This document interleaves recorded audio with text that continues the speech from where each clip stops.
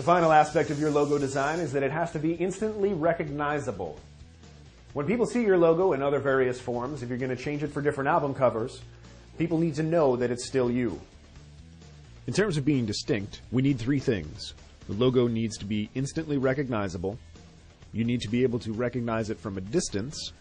Also, you need to keep in mind that this is the 21st century, so it needs to stand out on the internet and be distinct there. So let's talk about instant recognition. Something like the How to Promote Your Band logo. The only thing that may not be as recognizable from a distance is the How to Promote here, but this lettering is distinct enough that when we show someone just the Your Band aspect of it, if we, for example, were to just mask this out, come up here, the lettering itself is fairly distinct without the logo, and the other way around. If we undo that, Control Invert, the logo in and of itself is also pretty distinct. You know what's going on there. It's very simple. There's not a whole lot of line work, and it's not very intricate. In just a silhouette, you can tell what's going on here. So this is what we want to keep in mind in this entire chapter. So being able to recognize something instantly at a distance, it has to have a distinct shape. If you are really intricate with the work, it's going to take away from the split-second recognition. One really great example of instant recognition is right here. You've all seen this. You can pick it out at a distance. If you have kids, I'm sure they can pick it out from a distance and they immediately want a Happy Meal. One of the most recognizable logos in the world right now is McDonald's. And as you can see, it's very basic. You have this rectangular shape here at the bottom, and the golden arches, of course. Very simple. There's not a lot to it. We don't have burgers and fries and a big smiling guy eating a Big Mac. There's none of that. Red and yellow, colors that make you hungry, as well as colors that convey urgency. So one of the most well-designed logos in the 20th century. So with that in mind, how can we make a couple of our band logos a little bit more recognizable? Let's jump down here to one of my favorite logos that I built, and that's Chow. We have a very iconic image here. Guy with a gun. Everything's pretty basic in terms of there's only two colors. You've got black and white. You know what's going on. He looks a little bit angry. Aiming the gun just about right at you. Probably looks like the guy next to you. He's going to blow away. How can we make this more recognizable from a distance? Because you can see here, as we get further and further away, I'm not really sure what that is. That could be a bird. It could be a guy flying. You know, who knows what that is? You got wings here, maybe. I don't even know. Now, of course, as we get closer, sure, it becomes visible. But what if we did this instead? And we just grab the image of the gun. Now, as we get further and further away, pretty much you can still tell that that's a gun. And if we one-up that a little bit and get rid of, let's see here. If we one-up that and get rid of the interior, now you really know that's a gun. You can easily see the trigger guard here. Everybody knows here's the handle, here's the barrel. Very distinctly recognizable as a gun from a distance. And that's a way better logo. In the same vein, let's jump down to the aggressive bands, the more metal-y kind of bands. One of the cool things that a lot of metal bands do is they have one very simple symbol. And quick shout out to meztone.deviantart.com. We checked out his website in the last episode. Check him out. He does some fantastic, really well-designed logos that you can easily read. It's obvious this says your band. So, what if we were to add this?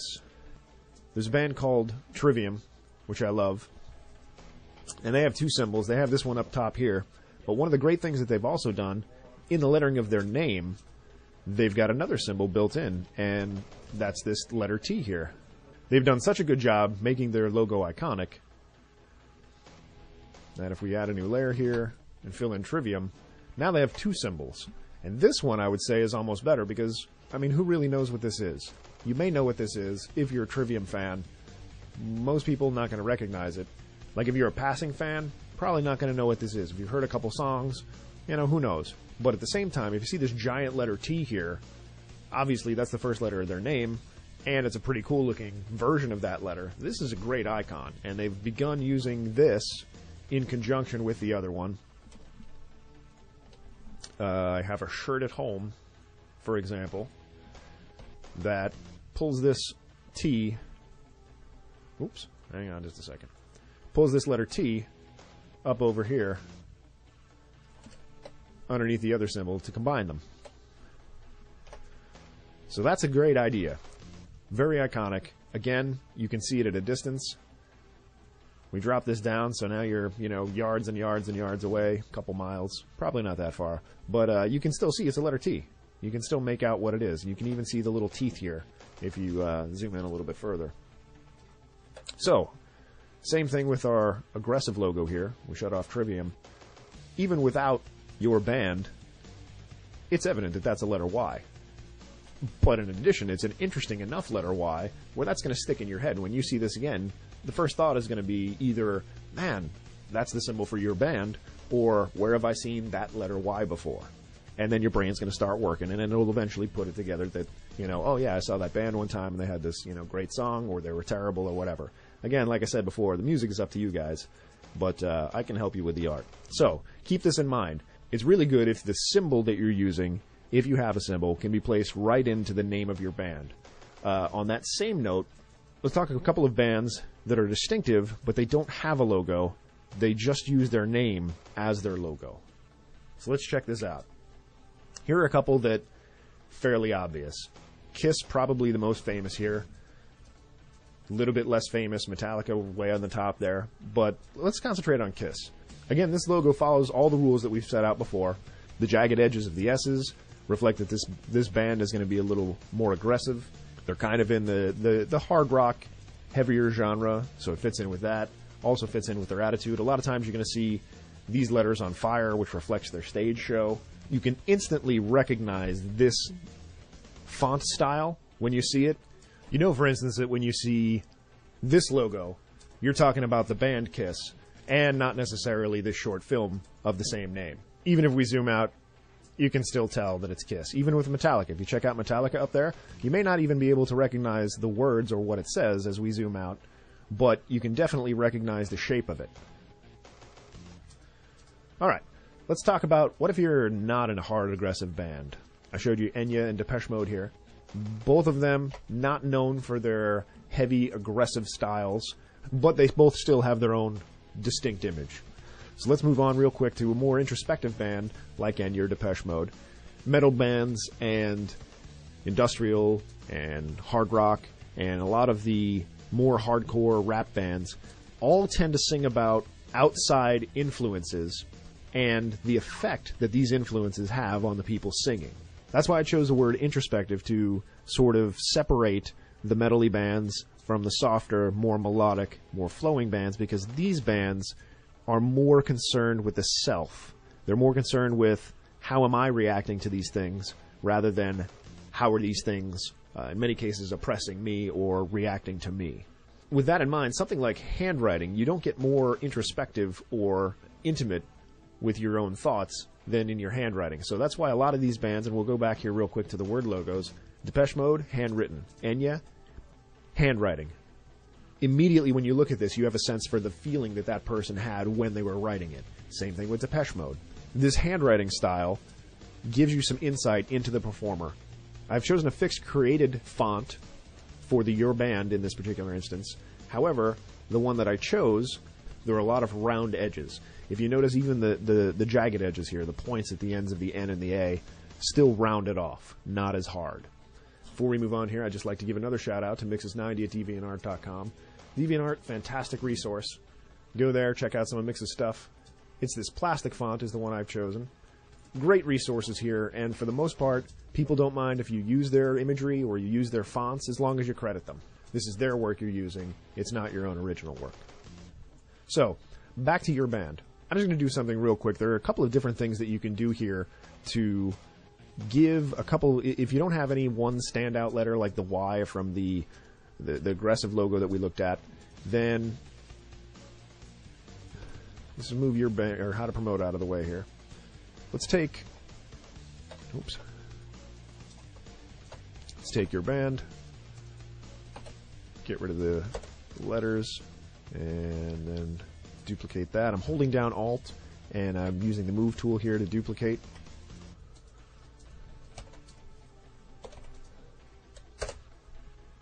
All right, so there are a lot of different things we can do here.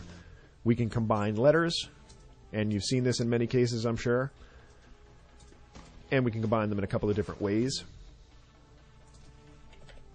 to make a more interesting, iconic logo. So there we have a little YB that are stuck together. And if you zoom out, we've got something distinctive there. Not really sure what it is. You can't really tell that it's a YB.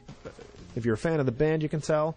But again, something like this, in and of itself, this is interesting. So now if we come down here and grab how to promote your band, drop that below, even something like this is more distinct and more interesting. And literally all we've done is stuck two letters together. The most important thing here is make sure that you experiment with your fonts. If you just have these two letters, there are all sorts of different things that you can do with them if you find a font that you like. We can stick them together like this. All sorts of things that you can do. Just have fun with it, go crazy. Again, if you're using someone else's font, get their permission to use it as your band logo, because this is not your font. You didn't do this work. Another thing you can do with someone else's font is play around with it like we've played around with the YB here, and I actually kind of like this one better. Well, maybe we can... Anyway, play around with it. There's a lot of great, just moving this around simply, there's a lot of great things we can achieve with it. But anyway, sorry. When you're using someone else's font, come up with something, and let's say we like that, and that's interesting. Now, instead of using their font, either find an artist friend who you trust, or play around with it yourself, because initially, sure, we can't use their font, but if I just grab my Wacom tablet here, check this out. There's nothing that says we can't use that layout and build our own font.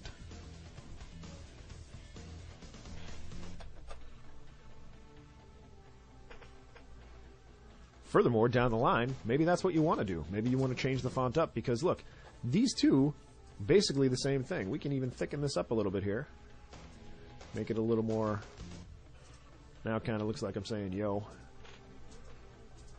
Anyway, whatever. The point is, if you were to draw this on a later album, even if that first one is your logo, your fans are still going to recognize this one. That's the sign of a good logo. You can change it, but it still looks the same. One last note, never use installed fonts. The fonts that come with Photoshop, everybody and their grandmother who's a terrible artist and can't think of anything on their own, use these fonts. So don't use the ones that come pre-installed. Either look for them or create them or find somebody else who can create them. Because something like Helvetica, well, Helvetica is not too bad. You can use Helvetica because it's very simple.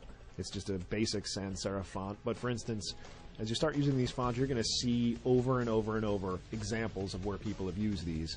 And in many cases, they're horrible. All of these fonts have been used on hundreds and hundreds and hundreds of logos. And the end result is that yours is not going to stand out.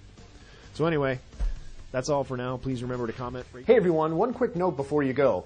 This video that you just watched is part of a larger course on how to promote your band. So if you liked what you saw, or if you're just ready for the next step, then click the link right here in the description, and that will take you to the course page overview where you'll see every lesson in the series, and you can pick and choose which ones you want to watch. Please remember to comment, rate, and subscribe below, and if you have any questions, send them to requests@mahalo.com. Thanks for watching.